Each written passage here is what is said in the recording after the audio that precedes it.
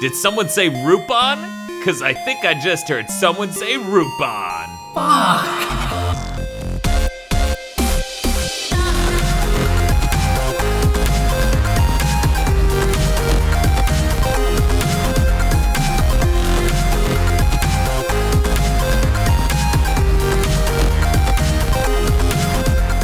Hello and welcome to another episode of WeeaBoots, the anime review podcast from GigaBoots.com. I'm your host, Dan Video Games, and with me is Jay. From Hail Zeon. And Bob. I'm here too, also from GigaBoots. Whoa, what's GigaBoots? It's mentioned that it's the thing you're from, Dan. Running the podcast. Yeah. We do anime stuff? Is that? I guess. Oh, okay. Sometimes. Yeah, I mean, you call yourself Dan Video Games, but it's weird.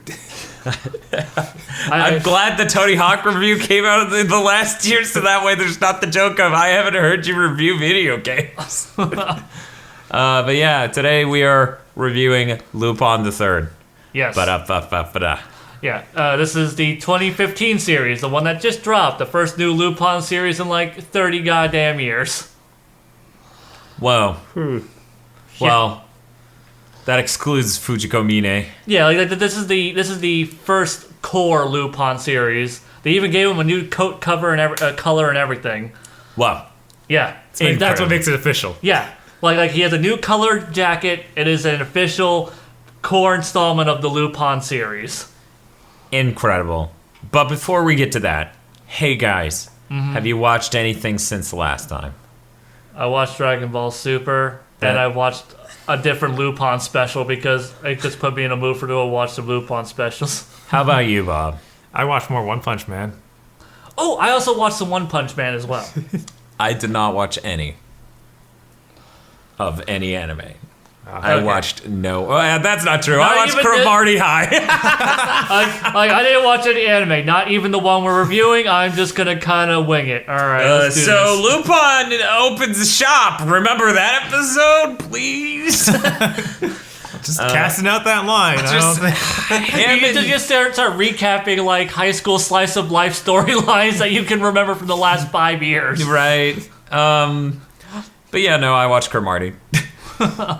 I have it on my tablet. But yeah, in any case. Hey guys, let's talk about Lupin. Bob, what is the deal with Lupin? Give us the rundown. Well, this time it's directed by Yuichiro Yano, Uh-huh. who also directed Aikatsu, the movie, and Moyashimon. Ooh, that was my favorite Digimon.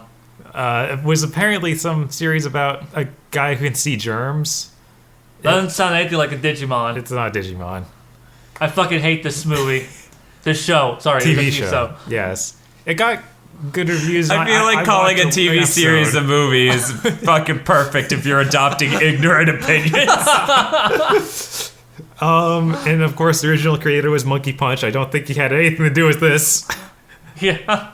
Is that guy still alive? Yeah, he is. Okay, that's always amazing.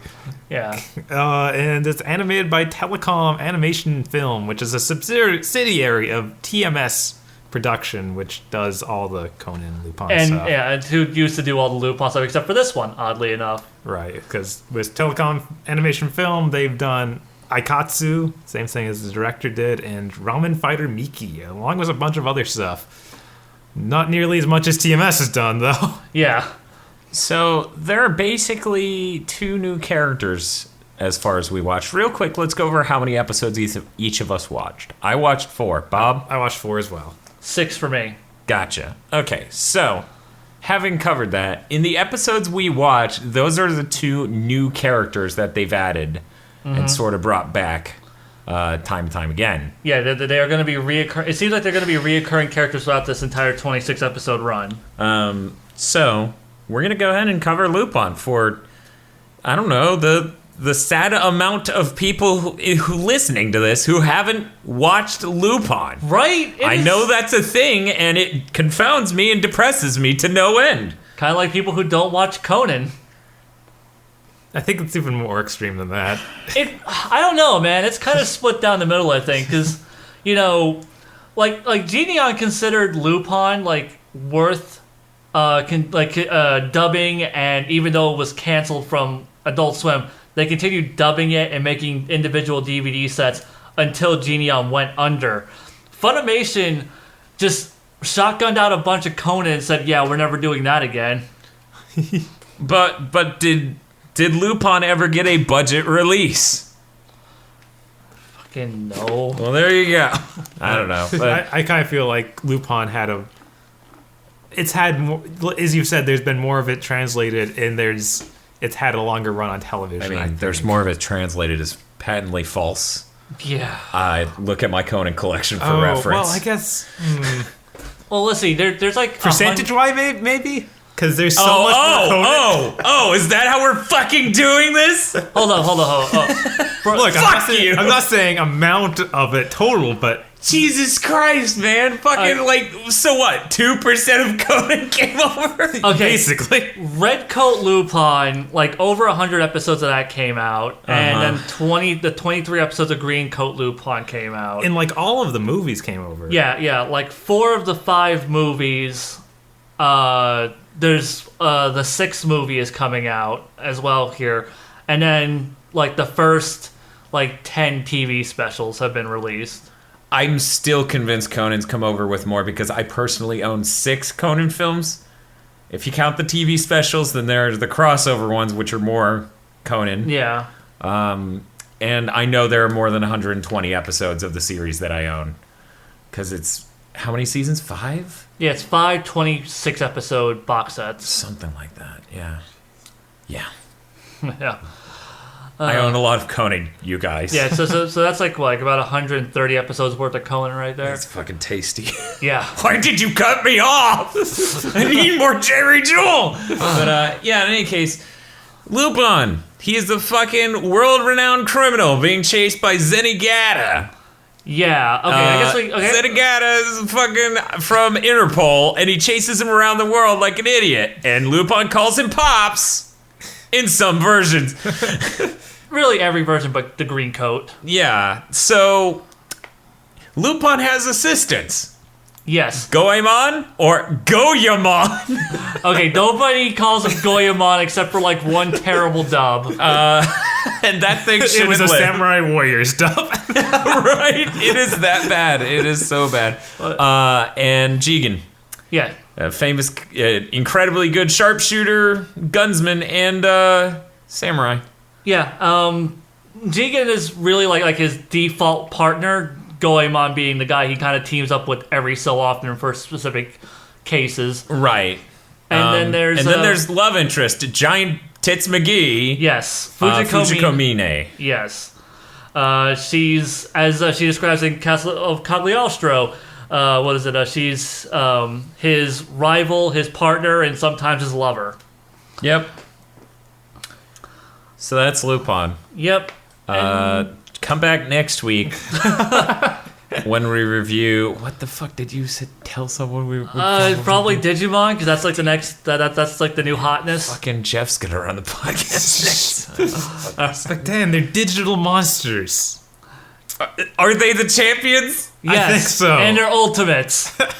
Now, okay, the new characters we got for this particular season of Lupin is Nyx, who is an MI6 agent who seems to be chasing Lupin around, like interfering with his cases or his capers and whatnot. And then It may or may not be an agent from the movie The Matrix. Yes. see, I was thinking like he was fucking Daniel Craig, but and then there's Rebecca Rossellini, who is Lupin's wife. Lupin gets married in the very first episode of this, and she's his wife. But then it turns out she's also got like some shady shit going on, and she's basically like a Paris Hilton analog, but when it's getting filled out like an application. Yes. Now, the interesting thing about this series for people who are Lupin fans, this whole thing's in Italy? Yes. It is Italy as fuck. In fact, the Yeah. intro's like, if Italy is blah, blah, blah, blah, blah, Italy, Italy. Yeah. Yeah. The reason for this is that this is a co-production with Italy. Italy actually got this a season before Japan did. Cool. Yeah. In fact, there's even animation comparisons where you can look up like, because it's kind of like whenever you see like The first, TV version of and, the Blu-ray. yeah, they're already doing those, and it's just like those are fantastic. We'll get into that when we start talking about animation, but yeah, it is a co-production. So yeah, like this entire storyline of this I guess you can call it a storyline. Like, all the capers are taking place in Italy. It's part of this co-Italian production. Somehow they keep doing massive massive jobs of robbing stuff and staying in the country, and it's a good idea. Okay, Bob, Italy is kind of like a country. It's not exactly like it's like saying like, oh, well, these guys robbed someplace in America. But it's a European country. It's like if you stayed in Texas. Yeah. Texas is still pretty fucking big. Yeah, that's the thing. Texas is bigger than Italy. What? No way in hell. Is Texas bigger than Italy? Let me check that. Okay, check it out.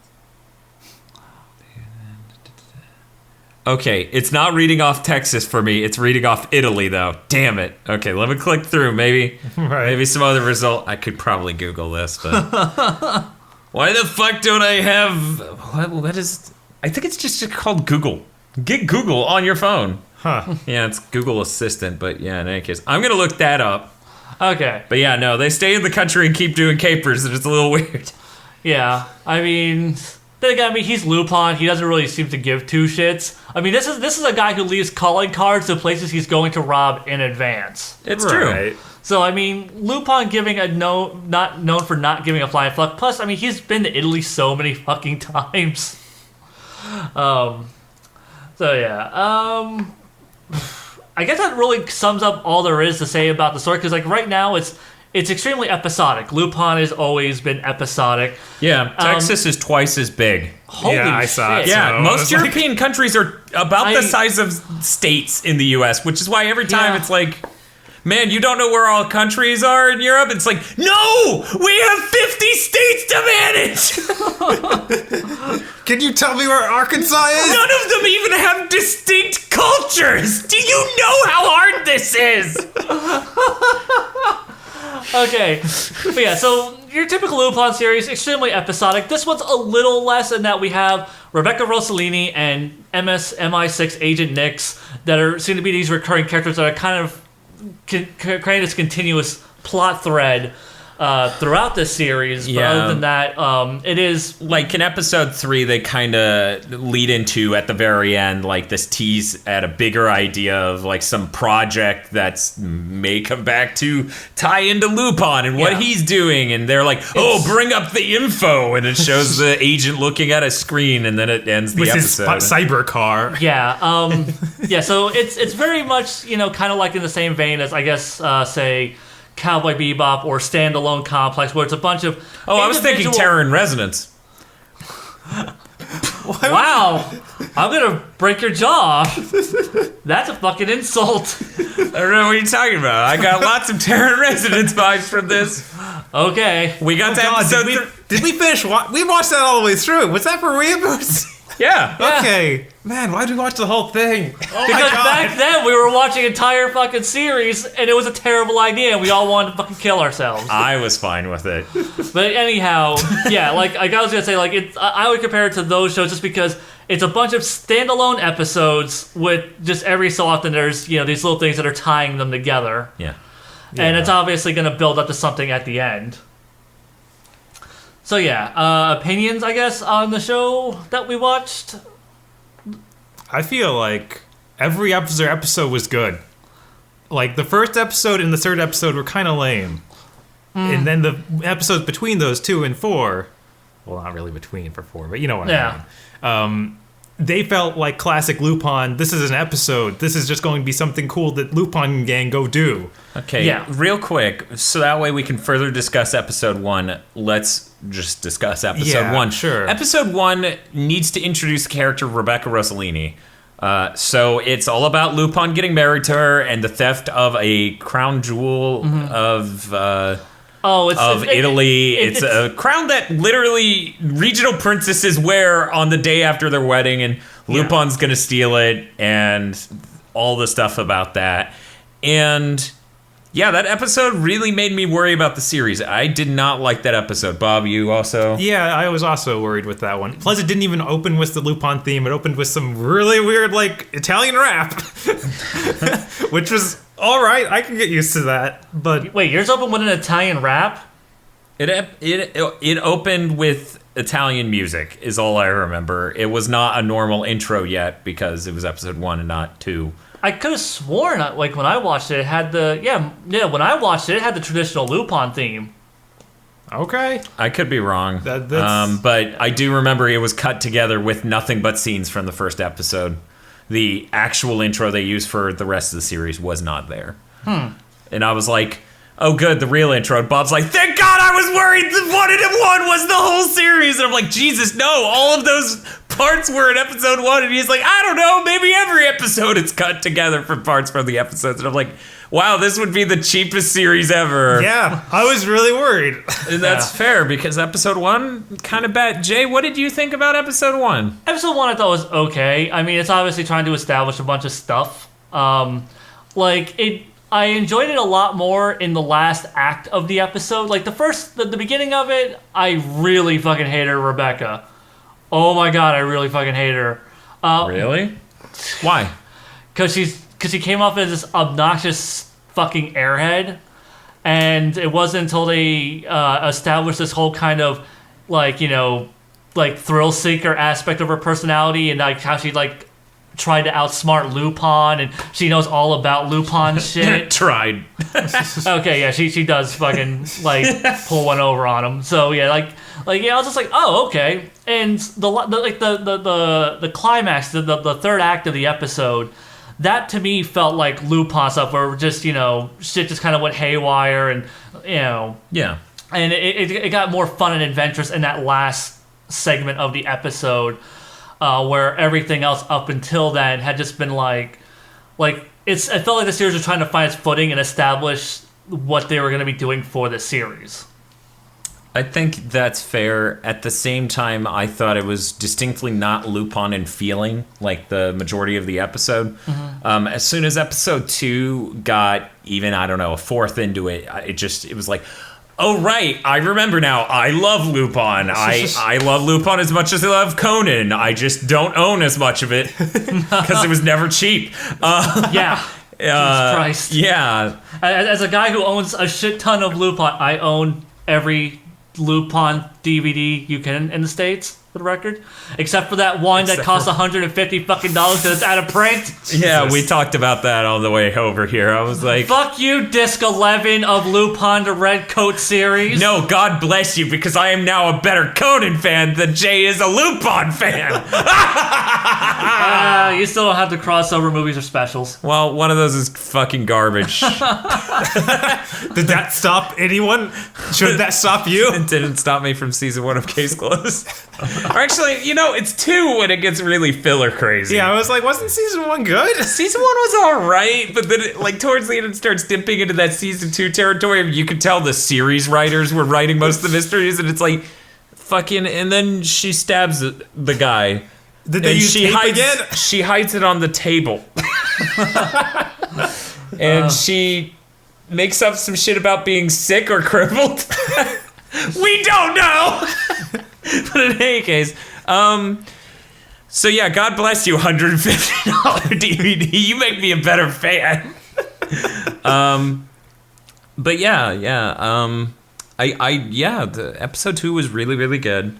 And that goes into this Italian athlete who's caught up in a drug conspiracy, and yes. he's being blackmailed with photos and medical records and stuff like that, and Lupin's going into it really has that feel. Like there's not even a real super important heist of valuable treasure. It's just they're stealing documents and sneaking in, and it still just feels like, oh man, Lupin, fucking A. Also, when you find out the soccer player's backstory and why he's on the drugs and what he's like there is so much heart to that, and that's one of those things I thought Lupin was. It's just one of those things it kind of hits you in the feels, and I'm like, oh right, this is one of those Lupin things where it's just it has an emotional core to it, but it can also be fun and stupid and silly, just enjoy itself and be a fun caper story. Yeah, with these great iconic characters. Yeah,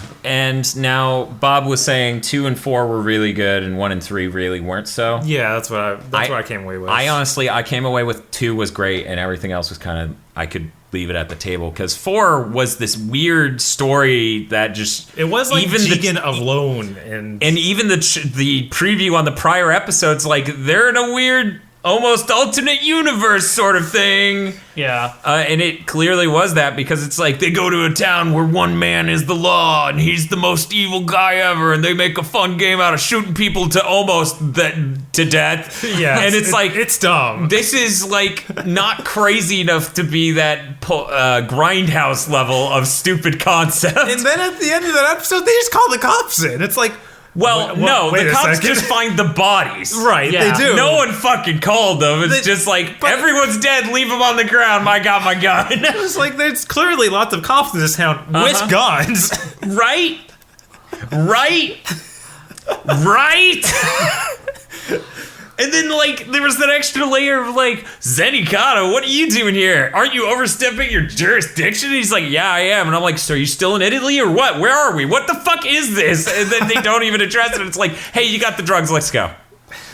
Look, and the it whole does- thing was necessary for his painkillers for his tooth pain. Uh-huh. Very and, necessary. And like between everything I said up until now and the fact that Zenigata Jigen's solution was to move at superhuman fast speeds to dodge bullets from rookies. Well, I know what he did, okay. but he still moved Yeah. dodging bullets. Yeah. They animated that. Yeah. The words they said don't undo it. Yeah, because what they animate is him straight up dodging bullets. People seem to be able to dodge bullets in this universe. Right, because the prior episode had the MI6 guy dodging bullets. Except for he was just dodging them and, like, beating up Lupin and going only human because he's Agent Smith. Yes.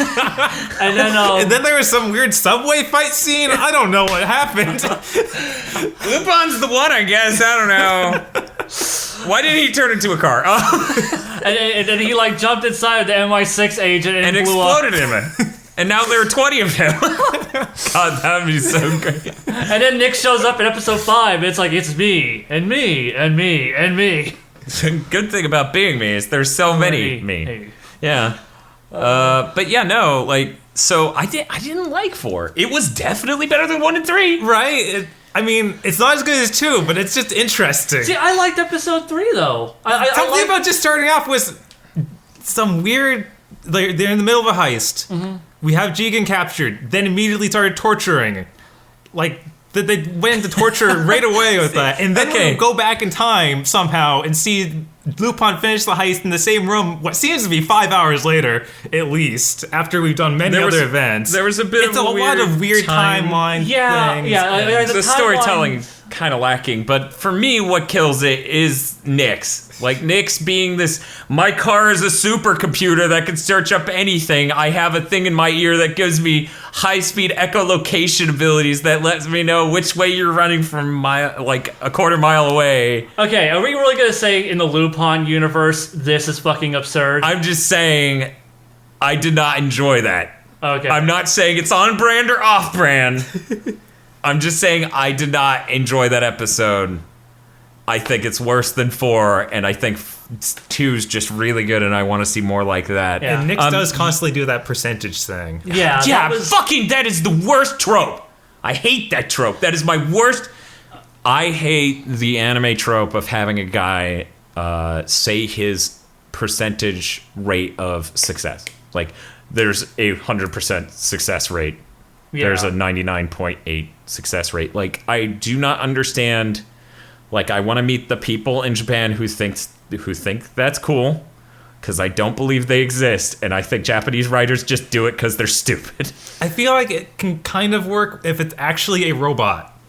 Anything outside of that, I is feel just really like dumb. I feel like the what's the term? The omnipresence of it has already ruined it for the robots. Okay, maybe.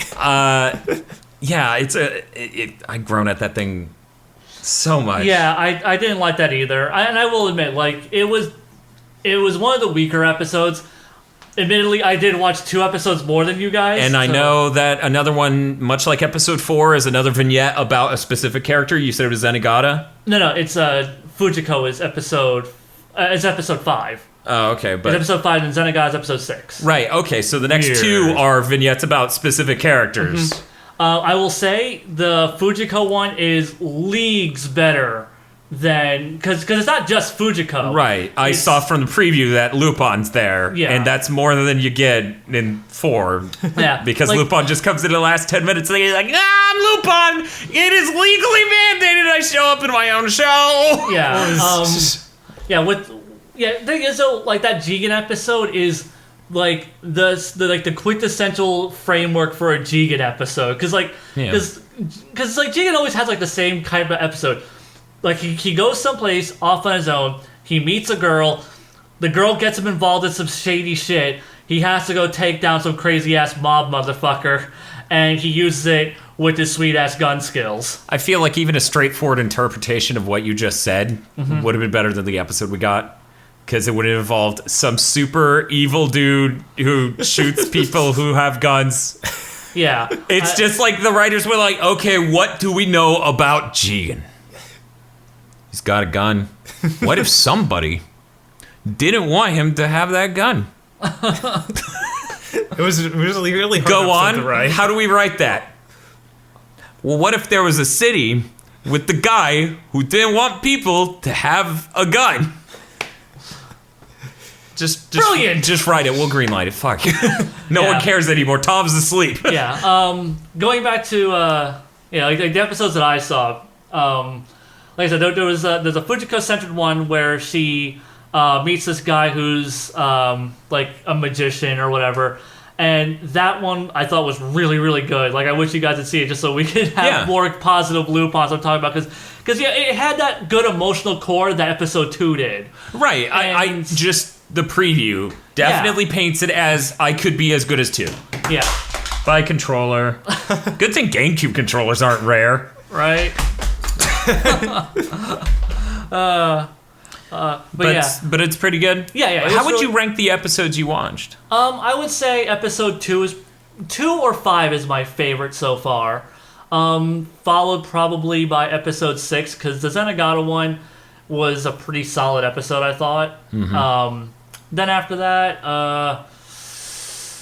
oh man, Jigen after that. Then episode 3 with no, actually fuck it, 1 then 3 because honestly the next episode I think may have been the worst one.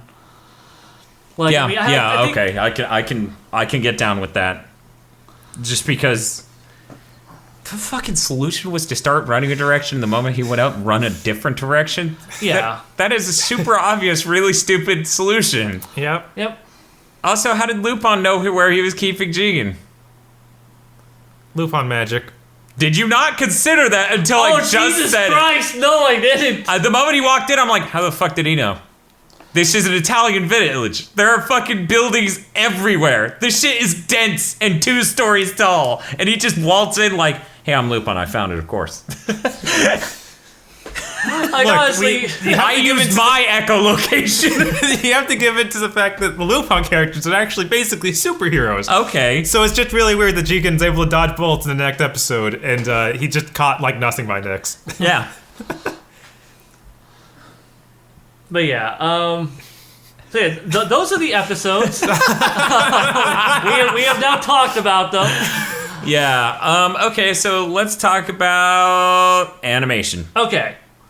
So I don't know about you guys. I like the art style in this. Oh yeah, I think I really dig it. Like the sort of painterly look to the backgrounds, and then animation of the characters looks. I don't know. It's just a nice little. It is a very good emulation of like Cell. Yeah, of Cell. Honestly, I wouldn't say it's so. Well, yeah. Well, the line work works like that, yeah. Because it thins and thickens as if it was like a paintbrush, and I really did like that Yes. look. But then it also has like gradient tones, like in the hair and like the clothing or whatever, which is obviously a digital animation. So it's a nice hybrid of the two. Yeah, like it really tries to own the flaws of Cell, and that almost makes it even better. Yeah. In this weird way. Yeah, it gives it its own little unique look and vibe, and I've noticed that they've been doing really being experimental with newer Lupin stuff. Fujiko Mine had a very it had a very manga look to it. The woman called Fujikamine, which is the last series that before this one for the people who don't know. Just her. Oh, no. She's uniquely animated among everyone else. I'm just sitting here laughing because I'm like, experimental. Okay, they made it a slice of life. But yeah, like in the woman called Fujikamine, that series, it had a very manga sketchbook feel to everything. It looked, it had a really unique style to it. It had a grittier character designs. It had this sketch pad shading.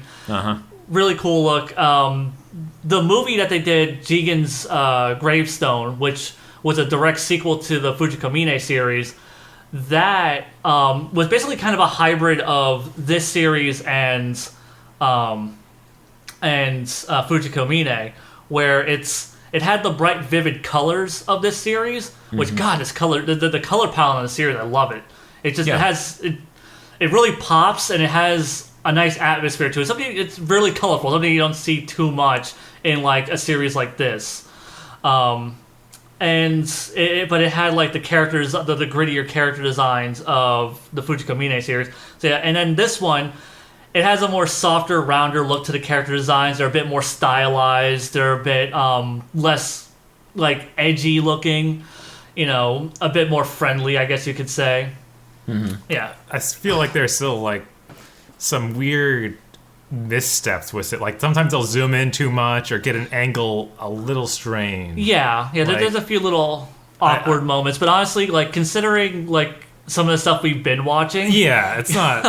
and like the fact that they're like since this is obviously their second go around of broadcasting since it was already in Italy. This is like the second run through where they've touched up the character designs, because I've seen like the comparison shots, and if you look at the Italian ones, there's a lot of scenes where you can just look like, oh, they forgot that they were doing this art style, and it just looks like more like classic Lupin, like how the characters are drawn in like the older TV specials. Yeah.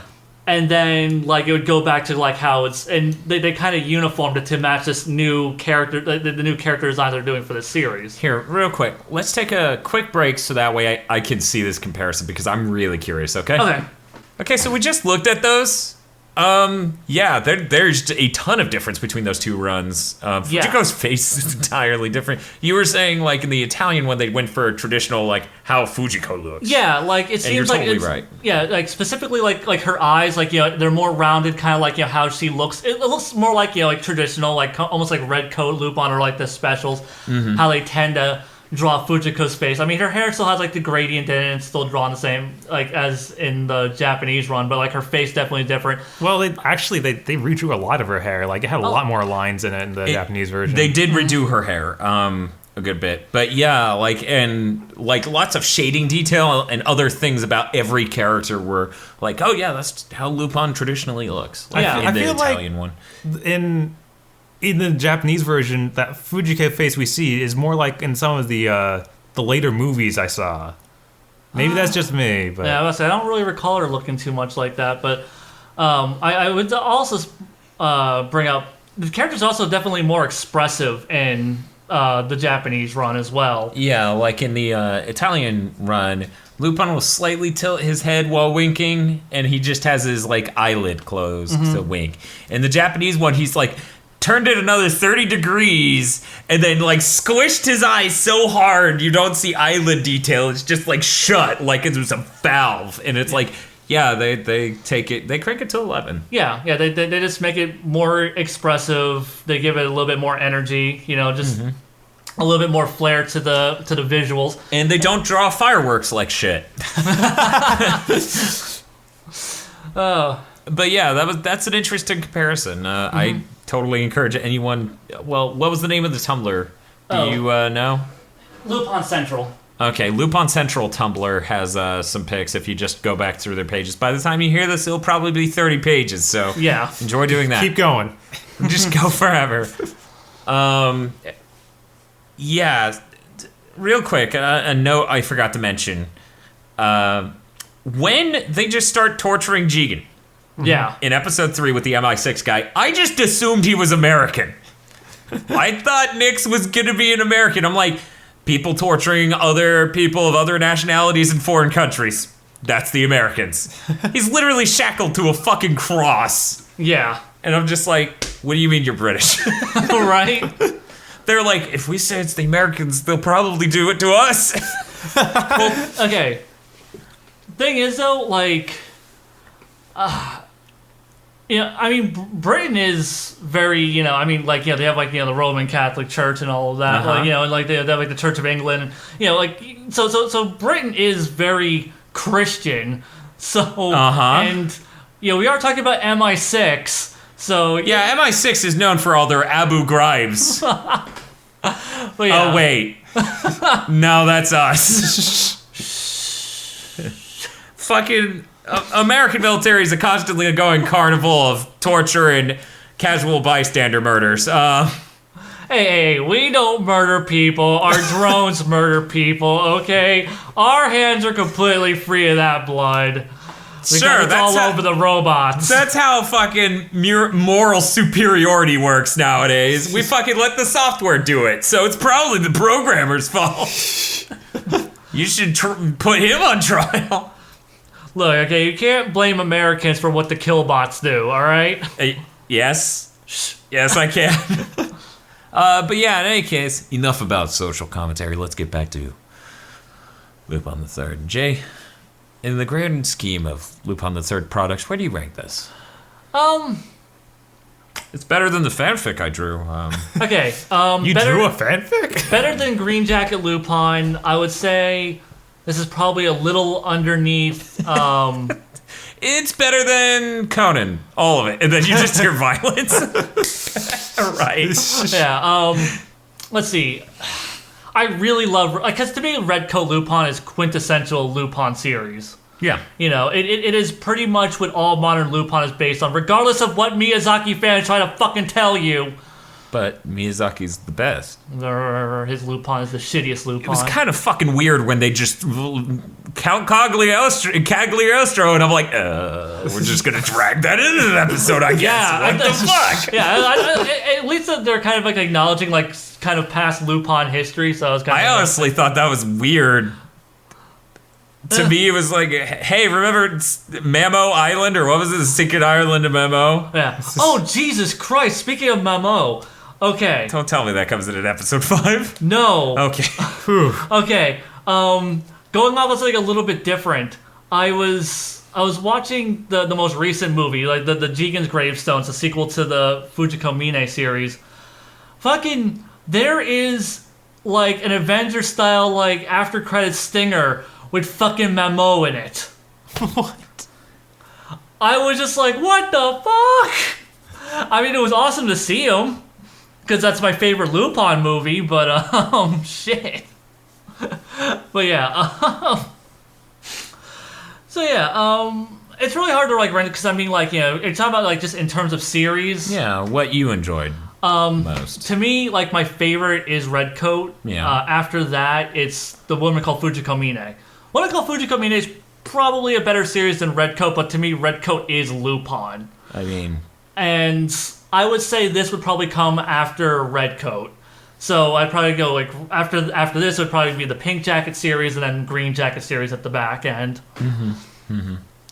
Bob, I'm gonna just go ahead and assume you don't have a comprehensive knowledge of most of Lupin. Yeah, I watched like 6 episodes of Fujiko Mine and a decent bit of the Red Coat, but that's really it. And then the movies. Yeah, I remember we watched quite a few of the movies. Yeah, I remember just dropping Fujiko Mine after some real weird stuff with Zenigata character. So yeah, he gets better treatment later on. Okay, it's gonna be really hard to fix that. But are his eyelashes on model? His Probably. beautiful feminine eyelashes. It's important, okay, guys? It is an integral part of his character. Not really. too many noir, sort of detective-y, crime thriller things have beautiful men with butt chins. Like, they don't have people who are facial oxymorons running around in them a lot of the time.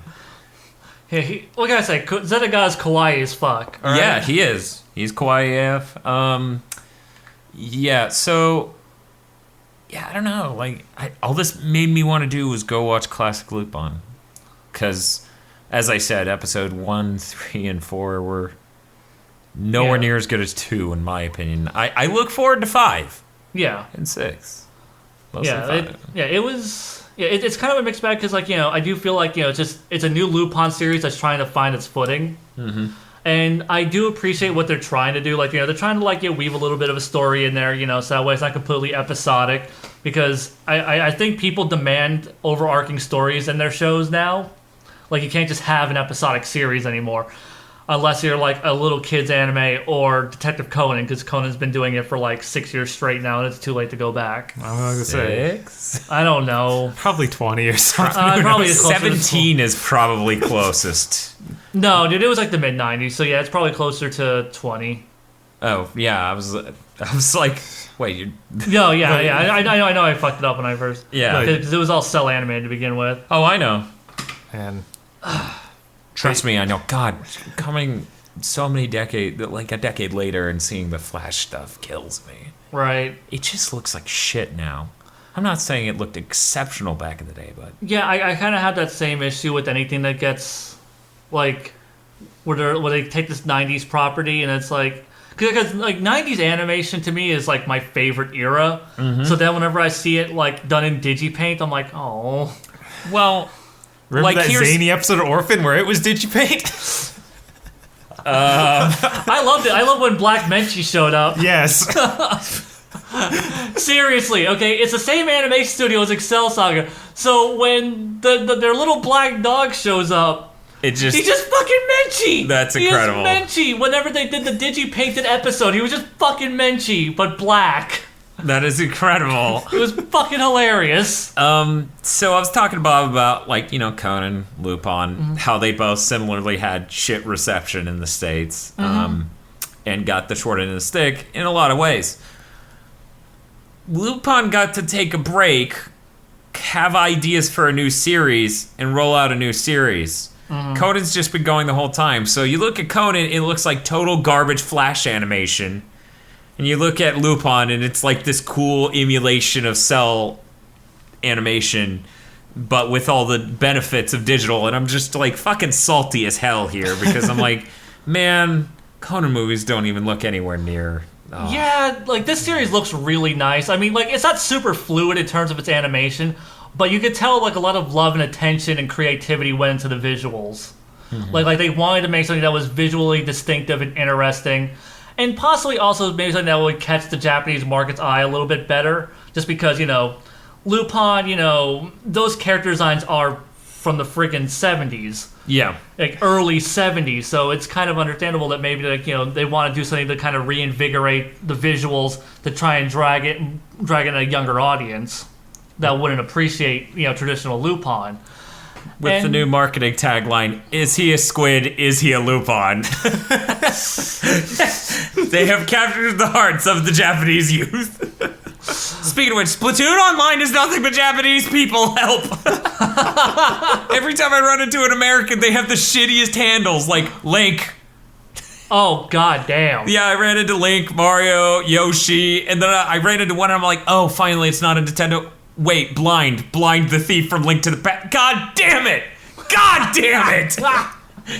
Maybe you just have to wait till Christmas. Maybe then everyone will open their Wii U's and autistic 8-year-olds won't be playing with you online. Okay, let's be honest. I think you mean autistic 30-year-olds. Yeah. I am Glitch. Fucking brilliant name, asshole, or I am Error. There we go. Yeah. Yeah, it's just... fucking Lupin just had a really nice slick style to it. And yeah, with Detective Conan, it's been going and going and going. So kind of like when Inuyasha made the jump to digital, they didn't know what the fuck they were doing, and they just kept on with the exact same aesthetic. They didn't try to alter it at all to fit this new animation style or the animation technique, and it just comes off jarring and weird and not as good as it was before. So hey Jay. Yeah. I occasionally wonder what will happen to your channel if they stop Super. Mm-hmm. When that happens, like what your content becomes, not so much like what happens to his numbers. If I just start reviewing Conan, I'm good till I die. Mm-hmm. Well, I have 2 bookcases overflowing with anime that I can just start talking about and reviewing. It's true. You are capable as a person reviewing anything. Yeah. It's just They want Super. So yeah. You're trust me. You're trending towards hippo territory of, God damn it, you guys. Will you please watch my Arakawa review? Yeah, dude, I'm telling you right now, man, like, this... So, sometimes reviewing Super becomes a soul-sucking experience where, I mean, I can enjoy watching Super, but sometimes I just don't want to talk about an episode because there wasn't anything worth fucking saying. Yeah, this is still fucking Dragon Ball, you guys. What do you want from me? At 1740 into the episode, Goku got punched.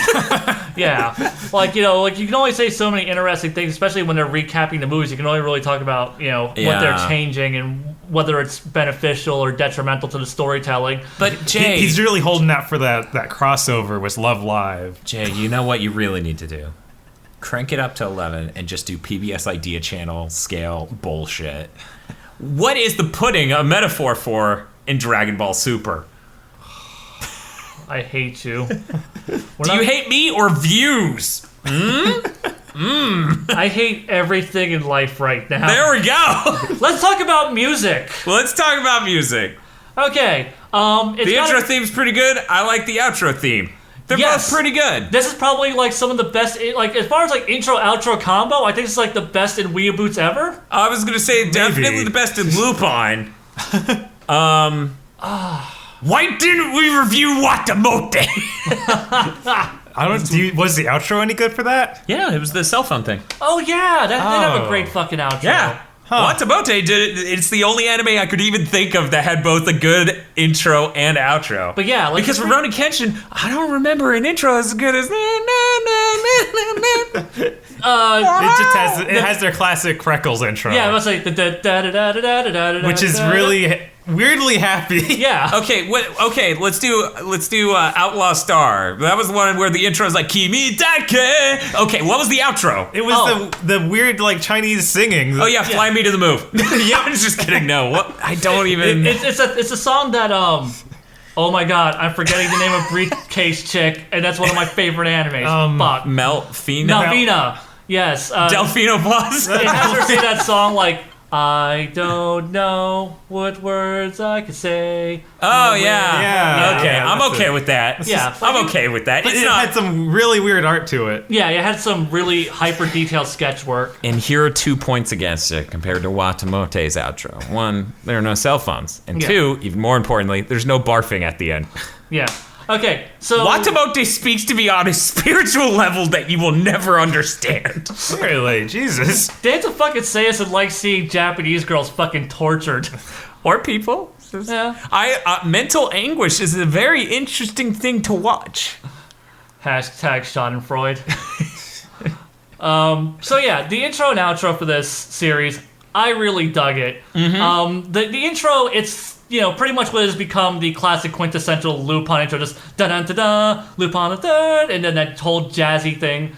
Really I'm glad they didn't deviate too much, weirdly. Yeah, it was... Because we've heard some weird covers in the past. Yeah. This one was just kind of just a really upbeat, energetic, you know, variant of the theme. It's just, you know, it's very easily identifiable as the Lupin theme. Uh-huh. Which, okay, fun fact. That's really only the Lupin theme for the Red Coat series. Green Coat and Pink Coat have completely different intros. Yeah. Fujiko Mine had a completely different intro. Uh-huh. This one is just like, you know what, Were any of the other series over 100 episodes long? Yeah, we're just, you know, like, you know, that just really goes to show, like, the staying power of Red Coat Lupin, how everything has just been influenced by Red Coat Lupin. Yeah. And even this series like, the music is really good there just because it's timeless. Yeah. It just has this really good little fun jazzy sound to it. And then I love the outro where it's just, you know, the chick singing, because, you know, like, I love synchronized dancing, but I also love just seeing characters sing. Yeah. Real quick, that animated. Is that character supposed to be Fujiko? I don't think she's so off model in this series compared to original Fujiko. Yeah, I don't think so. I think it's just supposed to be like a club singer, like a chick in a lounge singing. And then, like, you know, obviously it cuts to Fujiko, like, you know, lip syncing the lyrics at the end, but But yeah, I love the visuals to them. Yeah, both. the intro is just 10 out of 10 visuals Yeah. wise. Oh my God. Very stylized, very cool, like layout sort of like ideas. It really personifies Lupin and like what Yeah. Lupin intros are, because they are really stylized. They're cool. They're hip. They are just super cool is the best way to describe them. They are 70s cool, and it doesn't deviate too far from that. And it just made me think of, this is weird to say, like Tank and the Cowboy Bebop Yes. intro with the very stylized like silhouettes of things. Obviously, this is hitting on more cylinders than that. Yeah. Because visually it is way more complex. The only sore point in that whole intro is, of course, vehicles show up. And as we know, in 2015 in anime, has to be CG. Yes. So there's like At least they- one angle that looks bad. Right, at least But- they try and go really stylized with it. Like it's They not, do a pretty good job in the series. Yeah.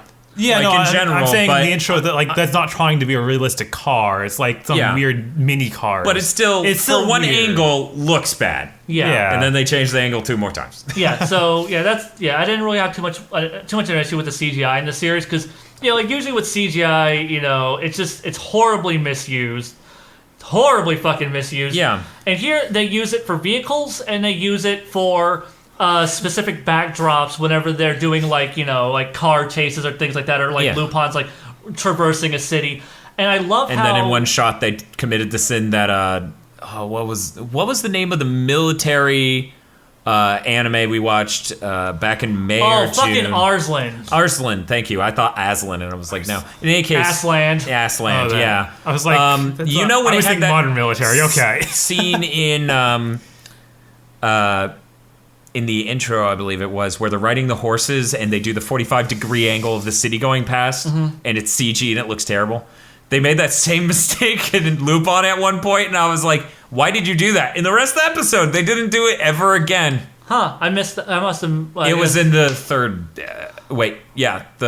The next episode. Okay. They did it for one scene. It's so weird. Yeah, 'cause- does Shirobako just end with the 2D animation department coming to murder the fucking CG department? Because it should. I will say though, there was some really well CG implemented into the backdrops, because one of the things I've noticed with like how they did this, and this is something that they did in Fujikomine. They actually did a little bit better in Fujikomine because of the sketchbook style that it had.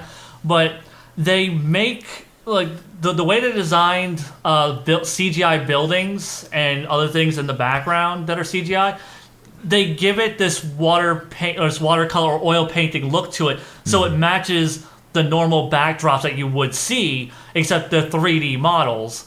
And I really appreciate and like the way they did that, because you can actually see paint strokes on the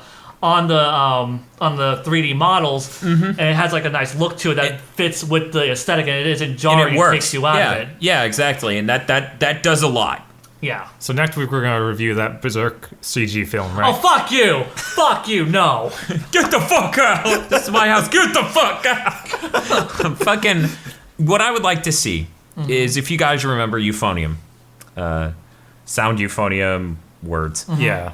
The visual art style in that was very cool because they always treated the perspective as a camera, and they had the well done depth of field, whereas a lot of animes do that terribly. I would really like to see a Lupin where they treat the perspective like that, just because to give Lupin this real feel would be kind of interesting. I'm Yeah. not sure they're ever going to do it. Probably aren't. But Right. I think that would be neat. The visuals here do work really well, and as you said, they draw over the CG, and that helps immensely. Yeah. Because, God, so many animes. It's like, what? It's a CG shot. It's going to look like shit. Fuck you. Yeah. Yeah, it's really nice to see a studio that's willing to go the extra mile to not make it look jarring as To finish fuck. drawing an anime. They really put in the effort and not release complete garbage. Yeah, but weak episodes aside though, Yeah. I'm digging it. It's Lupin, so I mean, yeah, it makes me want to maybe go check out better Lupin, but at the same time though, it makes me look forward to seeing more episodes of this series, just because I have seen how good this series can be, and see more of that Right. in this fucking gorgeous art style. I find long-term prospects I would definitely like to see more, but I'm worried about what the arc is, because as you were saying, you gotta have an arc. There's gotta be a larger story mechanism going in the background to tie in the viewer. Well, you see, Nick's science car is actually going to take over the world. And It's Lupin has Skynet. It's Skynet. Whoa. It's 2015 Skynet. So it's a smartphone OS? Is Yes. That, oh my god! You know, couldn't we just have? So who sent back the old Terminator? It was Lupin's grandfather. Lupin the old. Yeah. I kind of just wish Nix's car were just Knight Rider. I wish Nix was in fact Nixon in disguise. Also, okay, something I really wish they would have done with Nix is just make him a goddamn Daniel Craig analog, like a Daniel Craig parody. Yeah. Because like if they had made him just like this hardcore, gritty fucking MI6 agent who's just like a brutal like fisticuffs kind of dude. Yeah, if he was the bulldozer that Daniel Craig has Right, characterized Bond as, that would work better for me because Lupin dealing with somebody that strong. Yeah. Instead, it's like this stupid like, oh, I have these devices that help me do this thing Yeah. that makes no sense. Yeah, because I mean, like give him some of like the James Bondy stuff that like Daniel Craig would have, but Right. Also just make him a fucking because like Lupin has dealt with guys like that in like the specials and in the show before, and it's always really interesting because you have Lupin's very kind of athletic. He's a monkey. Yeah, like the way he deals with people like that, because he just usually gets the shit kicked out of him, and he Yes. has to either outmaneuver them or outsmart them, or just use his bag of tricks, and it always makes for like an interesting fight to have play out. Yeah, I on that same tangent, I don't love Nix as an antagonist, and I worry about the longer arc, as I was saying. Bob, what do you think about this series as like larger prospects? Yeah, I want to see more of it. I'll probably wait for some more official way. Oh yeah, Like- by the way, like- we haven't yet to bring up, you can't watch this legally. This is like the only thing on WeeaBoots so far that we I'm gonna go ahead and say that I am 100% legit. I watched this legally. I own a residence in Japan, and I had my housemaid record it for me. There you go, So, Dan. you two cretins who aren't real anime fans like myself. But yeah, the going back to fan subs after this long, Yeah. and then the fan sub culture has died because of things like Crunchyroll and all this other streaming So stuff. a lot of the people who were doing that, like, They and moved- were good at it, Right, are just they like, moved on. Like you guys have a some of good... them probably work for these other companies by Yeah, now. no, undoubtedly. That is how those industries work. yeah. Yeah, we switched. Bob switched because housemaid. Bob switched to which fan subs he was watching, and what was it? Episode 1 was terribly Episode 1 was- Yeah. translated. It was like, we are going to getting the wedding or something like that. It Yes, was Jesus. Okay, the one I watched, it had some the first episode had the most. Zaza. Did you run into Zaza? No. That's Lupin what Pops called- is. Lupin called Zenigata Zaza. Yeah, Wow, no, the version I watched, they actually called them Pops. That's good.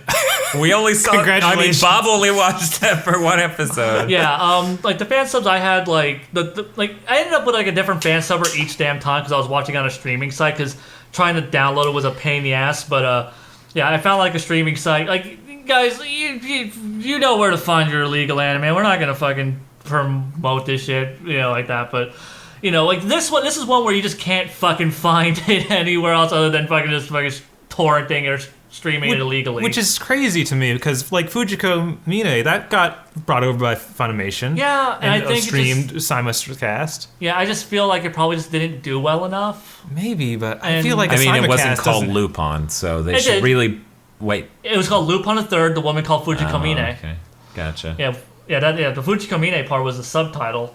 So at least Funimation tried. Yeah, they did. I mean, they gave Lupin one more shot. Where's Conan's one more shot? I don't fucking say those 5 seasons, you shitlords. That's not enough. I mean, in all fairness, they did put out 2 seasons. Wait like 3 years. And You then shut up! shotgun out You 3 more. shut up! It's not enough! It took me forever to get used to Jigen's voice in Japanese because it sounds like he's whispering, but it's full volume. Oh, Jesus Christ. Speaking of the fucking... Okay, the voice acting in this. This is the first Lupin series I've watched, or the first Lupin property I've watched in Japanese since they've switched voice actors for Zenigata and Fujiko. And that was jarring as fuck for me. I would imagine. Zenigata, not so much. Like, I mean, like, it's mostly noticeable when he doesn't go, Lupin! Like, you know, he doesn't have, like, that same kind of cadence and tone to his voice. which That, The voice actor died for him, or? yeah. Okay. Zenigata's voice actor died 2 years ago, and he stepped down, I think, 2 years before he died. And Lupin's died a long while Back in the 90s. He died in the mid-90s. Fujiko, she's still alive, but she just stepped down. Like, right before they did Fujiko Mine, she stepped down and they recast her. But I never watched that series in Japanese. So when I hear Fujiko with this much younger, kind of, you know, higher-pitched anime girl voice, it was really fucking jarring because I'm used to her voice being a bit lower and more sultry. Yeah, which is her character. Right. Yeah, and here she's a lot more animu. Yeah, and, I noticed that about that. I didn't know the history behind the recasting, though, so...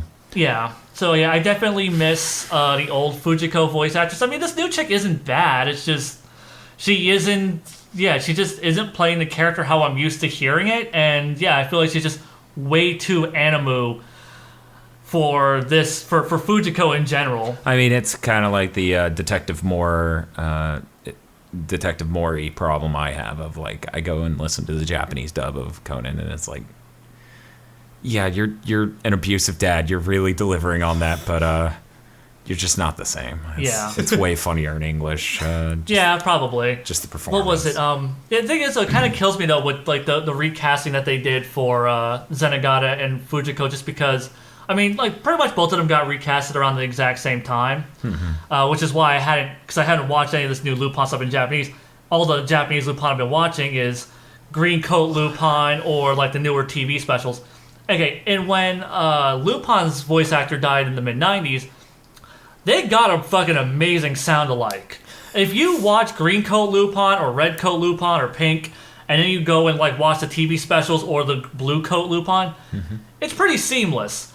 And this guy only voices Lupin. His entire voice acting catalog consists of he voiced Lupin in these movies, in these TV specials, in these shows since like 1995. Brilliant. Yeah, and it's just like, why couldn't you do that for like all these other characters? Fun fact: Jigen, still the same fucking dude from the fucking Green Jacket series. I believe it. Yeah. Okay. Yeah, which is why he sounds like a surly old dude. Yeah. Which honestly, it works for Jigen because he's a surly old dude. But yeah, Yeah, it'd be fucking weird if, I don't know, Fujiko sounded like a surly old dude. yeah. What about Goemon? Has he changed? Yes, his voice actor, I believe, is still alive, but he has been recast. Like, he was recast a while back, I'm pretty sure. I forgot when, because I was looking all this up recently. Because the Fujiko thing was so jarring, and I'd forgotten that she had stepped down. I'd also forgotten that Zenigata had died. So I was like, weird. Zenigata doesn't sound the same when he goes, Lupin! So when's Lupin gonna show up in Smash?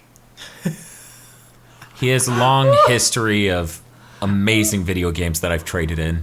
Honestly, I was gonna say, I mean, fuck Metal Gear Solid 2.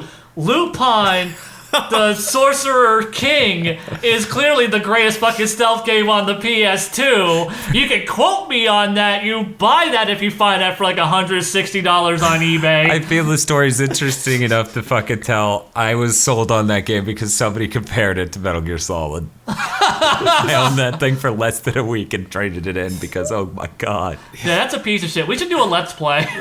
We should do a something. I mean, I'm not going to be sober for it. That would be asking too much. Yeah, I mean, if you're going to ask me to fucking play that game again, I mean, that game was fucking brilliant. You should all buy it. Fuck you, sheeple.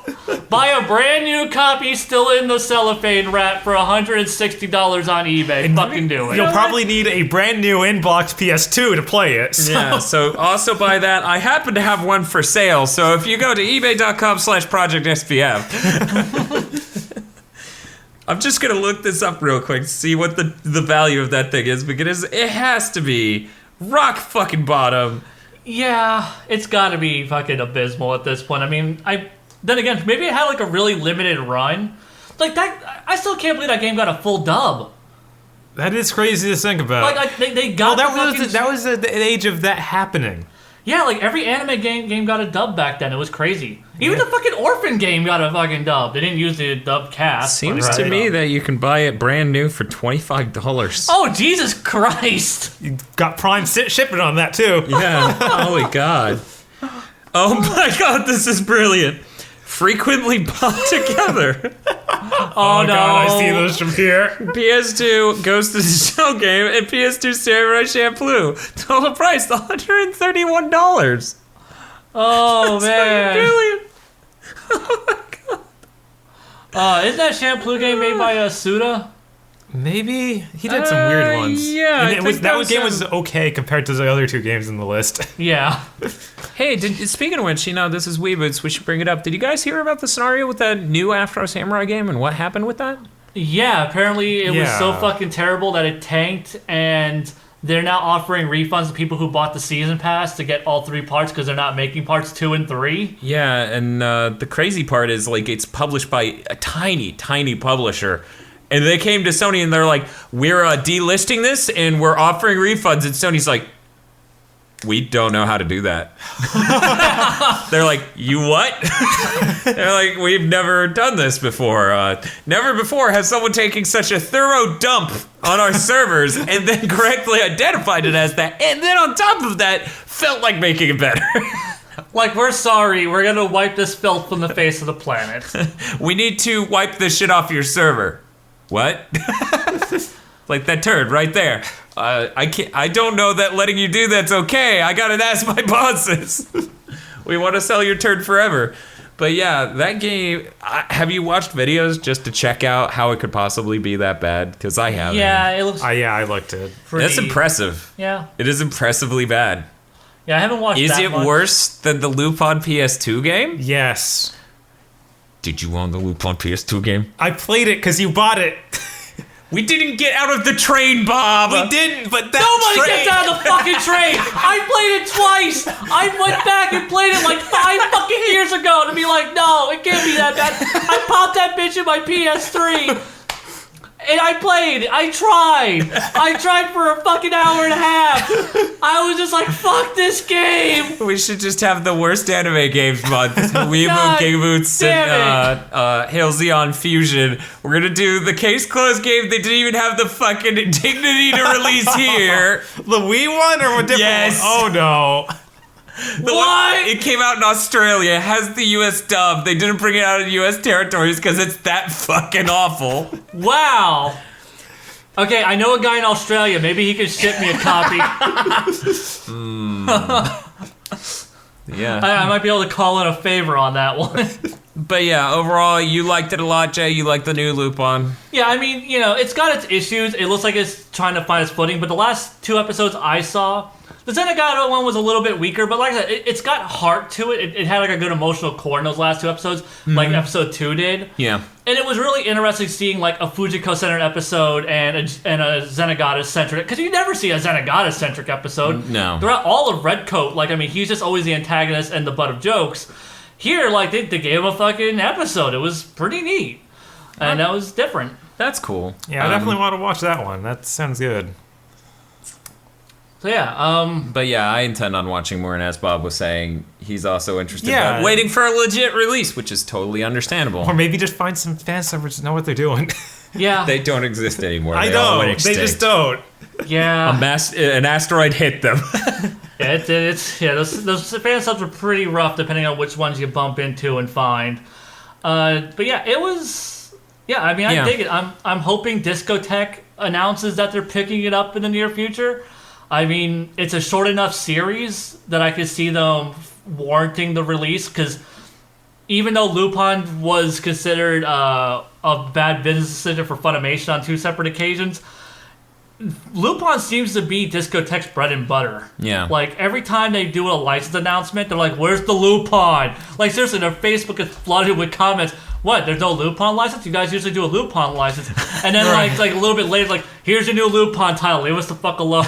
But yeah, I mean, there's a difference between Discotech and Funimation. Funimation's just so big that they can't sell Lupin the Yeah. Well, quantities they need. The quantities that they hit with all those other more more popular things. Yeah, and I think It's kind of sad. sad. It's really a Two-Face scenario of they stuck around long enough to become the villain. Like they Yeah. just so huge. Yeah, well, that and like they refuse to do subs. They refuse to do sub-only releases, and I feel like Because you lose a ton of the people you could be selling to if you did sub-exclusive. Like at the you've same just time, lost though- a lot of the market. I know it costs less. Yeah. But that's what they are now. Right. Yeah, and They it's- just need the maximum market, which is why martial arts came. yeah. Oh, okay. No, I no, made you. no, Okay, no. good. No, this is something. Because I will stop you. Okay, so another company that does sub and dub releases, Sentai Filmworks, they recently announced Nozaki for a U.S. release, their physical release. Oh, okay. It has an English dub, it has a DVD and Blu-ray, and it also has a collector's edition DVD Blu-ray combo pack with soundtrack, a fucking poster, and an art book. All right. Now, just to be clear, the full title is Monthly Girls Nozaki-kun? Yes. Okay, so what's the price? Like 70 or something. Could be better, but Yeah, I mean, that's just for the collector's edition. yeah, That's not, that's the collector's Okay. edition. okay. Yeah. That was not clear. Yeah, sorry. The collector's Woo! edition is like 7. And that's affordable as fuck for a collector's edition of Yeah. an anime, I feel. yeah, like- like I think like the MSRP I mean, on it, that's less than a single DVD of Kill la Kill. right? God. But yeah, like the MSRP on it is like 100 and something, but like 110 I think. But like if you find it on Right Stuff, if you get it on sale or whatever, it's like close to like 70, 79 or 70, $80. Well, that's cool. Because we all enjoyed that anime. Yeah. So Yeah. yeah, for people who were like WeeaBoots viewers, listeners from way back when, Yeah. like that's getting a physical release, And if we you haven't totally watched endorse that, it. you can totally look up WeeaBoots Nozaki-kun. Yeah, and like that's one that I actually watched all the way through, and I liked it. Yeah. It got like the earlier episodes aren't as good I think as the later ones, but it was good. I liked it. I can fully endorse that series. So we're not entirely hateful bastards that just shit on every fucking anime. No, in fact, early on in WeeaBoots, we saw a lot of great things because a lot of great things came out that season, Yeah. I feel. Yeah, like this season has been. Yeah, this season is weak. This season, I feel like, is the weakest I've run into in years. Yeah, it's It's strange. What are you saying? This is hitting 2011 tiers of anime? I'm trying to remember the year of anime that was just, man, can you guys make these? Yeah, because I mean, like, One Punch Man really kind of like set the bar high, and then it's just like, then we got No a bad- competition. yeah, then we got like we got a fairly bad Gundam series, and then we got a really mediocre fantasy series. Which, oh god, someone commented to me recently on that about it's just like the series has 5 stars. You're talking about Seven Deadly Sins, Yeah. right? Okay, continue. Yeah, like someone had commented to me. It's like WeeaBoots sits on the series, but it has like 5 stars on Netflix. Glad you guys are around or whatever to keep things straight around. What doesn't have 5 stars on Netflix? You'd be surprised. American Psycho 2. Well, yes. Other than that, the worst movie made in American history. That You thing's, we apparently- finished watching it. It was a terrible mistake to make at 5 in the morning. I lost sleep watching that movie. I still believe that is actually a sequel to Species that they mislabeled. We also kept, what was it? We were like, maybe the original plot of the movie, she's the shapeshifter. That's how this plot makes any sense. God, that movie was so bad. It was so bad. It's worse than any anime we've reviewed, Definitely. yeah, which is kind of stunning when you think about it. yeah. I mean, I watched that movie when I was like 17, and I realized it was shit. Yeah. Jeez. Oh, I'll also bring up a comment I received on the GigaBoots comment section because, of course, we upload this both on Halcyon and GigaBoots. Hans Von said Seven Deadly Sins is an American anime and that he made a correction to that episode. Being funded by America does not make something an American anime. Yeah. I refute that idea. Also, its original debut is in Japan. Yeah, like it is still, even if it's made with American money, it is. I can't go commission a drawing from a Japanese artist and call myself a mangaka, and I believe that is a good parallel of like, this is not an anime made by an American company. It is made by a Japanese company and funded by an American company. It was commissioned, you idiots. Like, Yeah, I pluralized that. Sorry, Hans Von. It's fucking commissioned, Hans Vaughn, you crazy fuck. Yeah, it's one of those things where it's like, you know, it's still it's based off of a manga that was made in Japan. It has an entirely Japanese production team by a well-known Japanese studio for a Japanese audience that just so happened to get exclusive Netflix streaming in the States as well. God damn it. Yeah, I don't know. At that point, Big O is American anime, season 2. Yeah. The season 2 was funded by the US. There's a few other animes that have had and IGDX and Afro Samurai. Yeah, It's like, man, but that's a really bad metric. Yeah. Yeah, it really is, because, you know, anime is, you know, the best way to describe, like, the only... Okay, I'll give you an idea, an example of an American anime. What? Little Nemo. Yeah. Because that was a complete crazy-ass co-production right there. Which went terribly, apparently. It is really hard to say, well, would you call that Japanese? Was it Miyazaki who was originally on it and just rage quit? Like, he did some work on it. There was like 4 different goddamn directors, and there was at least like there was some weird miscommunication between the American development team and the Japanese one, and people weren't communicating properly, and people were quitting on both Sonic sides. 2 on accident. Oops! Oh man. Then Miyazaki had to go and make Spinball. But yeah, that whole thing. Whenever we're reviewing Lil Nemo for WeeaBoots, it's anime. Yeah, I'm about to say, like, why do none of us own the Blu-ray? I don't know why I don't own the Blu-ray. I've always been poor every time I fucking remember there's a Blu-ray. Yeah, the Blu-ray is the only way to get the Japanese dub. Yeah, I know. Crazy. Because I've always been interested, and it was not available until that release. Yeah, I don't know why it's always been cut out of every other release. Because the thing doesn't at all, like when you're watching it as a kid or whatever, it doesn't even slightly just, this is anime. Mm-hmm. Like it kind of, like in my brain from back then and even into, you know, teenage years, it and The Great Mouse Detective. it's the same thing. Yeah. Same story. Yeah. The exact same story. Remember when the really big kid shoved little Nemo out of the fucking clock tower and he died and it was metal as shit? Yeah. Yeah, that was the thing. It was great.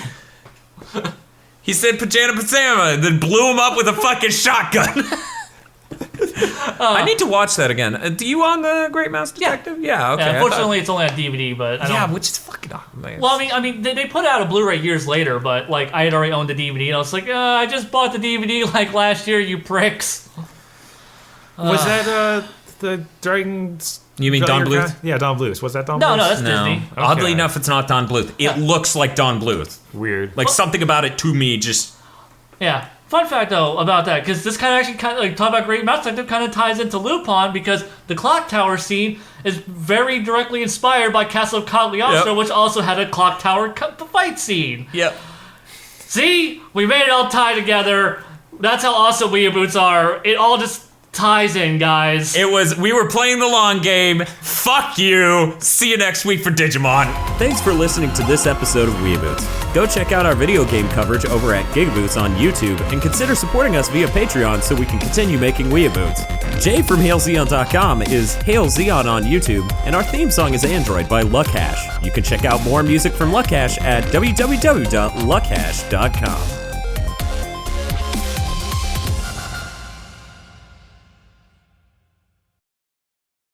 Oh, and if you could, write a review for us on iTunes. GigaBoots has been brought to you by our glorious producers, Vincent Poverk, Cywolf, and Gary Owen via our Patreon. Consider becoming a GigaBoots patron today.